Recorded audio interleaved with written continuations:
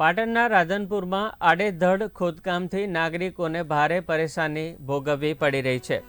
રાધનપુરમાં જીબીના underground cable નાખવાના કામના કારણે પાણીની પાઇપ તૂટતા ભારે મુશ્કેલી સર્જાઈ છે। કોન્ટ્રાક્ટર કે નગરપાલિકા દ્વારા પાઇપ રિપેર ન કરાતા હજારો લીટર પાણીનો વેડફાટ થયો છે।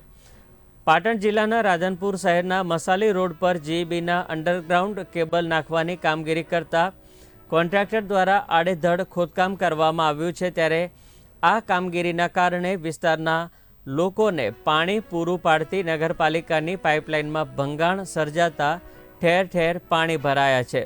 સ્થાનિક લોકો દ્વારા પાલિકામાં તેમજ કોન્ટ્રાક્ટરને જાણ કરવા છતાં પાઇપલાઇનનું સમારકામ કરવામાં ન આવતા પાણીનો વેડફાટ થતાં સોસાયટીમાં ઠેર ઠેર પાણી ભરાઈ જતા વિસ્તારના લોકોને પાણીની સમસ્યાનો સામનો કરવો પડી રહ્યો છે।